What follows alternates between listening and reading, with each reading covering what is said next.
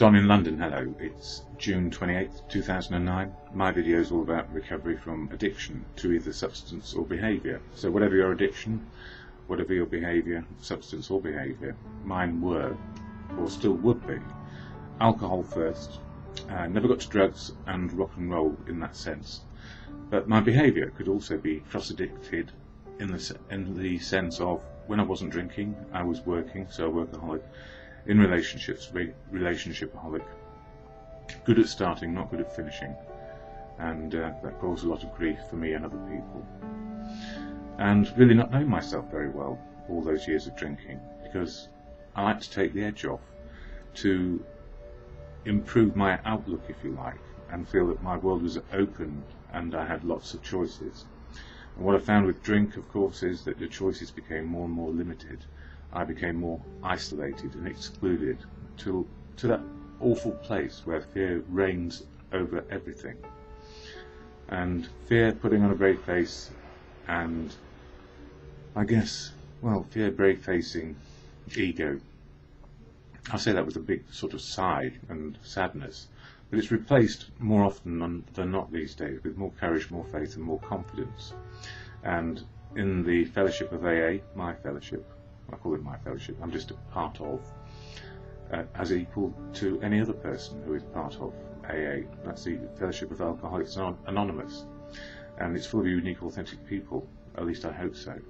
I feel it is, and we develop our own personal outlook, which is also unique and authentic, and it helps us make recovery work for us, simply one day at a time. So I will share the AA preamble here because it slows me down and makes me focus on these videos and what they're there to do, which is just to give some support, experience, strength and hope and wisdom from books and sometimes from my life experiences. So the preamble shared at every meeting of AA I attend in London. There are 720 to choose from. Yeah, and I only go to a few of them. This is the preamble. It goes like this. Alcoholics Anonymous is a fellowship of men and women who share their experience, strength and hope with each other, that they may solve their common problem and help others to recover from alcoholism. The only requirement for membership is the desire to stop drinking. There are no dues or fees for AA membership. We are self-supporting through our own contributions. AA is not allied with any sect, denomination, politics, organisation or institution.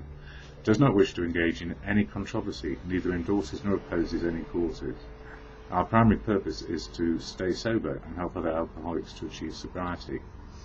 And yippee, because although it took me a long time to get the message that I could be unique and authentic and still go to a fellowship which seemed to have 12 steps of action for me and 12 traditions which held the fellowship together. And behind the 12 steps is an open and honest, willing attitude, and behind the traditions is recovery, unity and service. So in principle, and the suggestions as they are for 12 steps are pretty darn good for me, because it gives me a framework upon which I can hang my life and whatever is going on for me. So those 12 steps work, and it's the 6th month of the year. So the 6th step, one a month, is all about having our defects of character removed. And of course we can't have them all removed. And they're based on the 7 deadly sins. So I have a little crib sheet here. And I'll just share the sins and virtues, what sins being cured by the virtues, if you like, or putting us in a place of balance. Humility cures pride. Kindness cures envy. Abstinence cures gluttony. Chastity cures lust. Patience cures wrath. Liberality cures greed. And diligence cures sloth. And most alcoholics are not slothful in their outlook when they're drinking, because they're always very active trying to find more and find situations, people, places and things where it's okay and acceptable to keep on drinking. And even then we're not really satisfied, because we're quite happy to sit alone at home and keep on drinking 24/7 as the malady gets worse and worse and worse. And that is the great problem. And the solution is often a moment of clarity at rock bottom, or a moment of clarity somewhere which says, I cannot get out of this on my own. And that simple admission, I cannot do it on my own, can lead to hope, because there are plenty of solutions out there to help. AA is not the only one, but it works for me, and I'm very pleased to be a part of a fellowship, even if I can't speak for it, because I can't. So I use the literature to keep me on track, and in the two books I sort of feature here, there's As Bill Sees It and the Daily Reflections, and I've just been updating my Facebook pages with my profile, which it was sort of yes and no, good and bad, and accepting where things are today in terms of relationships around me and my relationships with other people. And sometimes we may not be quite sure if we're in the right place, but actually we are, because we don't know. It's better not to know quite and be quite certain that you don't know. I don't know what I don't know, because it leaves the door open to all the possibilities of living, and that's not dishonest. It's being honest and truthful about where life is today, and makes me wonder, but it's not hateful or undermining in any way. So for June 28th, this one is quite simple. It talks about the determination of our founders. A year and 6 months later, these three had succeeded with 7 more, and that comes from AA's Big Book 159, page 159. If it had not been for the fierce determination of our founders, AA would have likely faded like so many other so-called good causes. I look at the hundreds of meetings weekly in the city where I live, and I know AA is available 24 hours a day. If I had to hang on with nothing but hope and a desire not to drink, experiencing rejection wherever I went, I would have sought the easier, softer way and returned to my previous way of life. And for me, my previous way of life was killing me. And it nearly did a couple of times. And intensive care is not a nice place to be in hospital, even if you're joking and completely in denial about what put you there in the first place.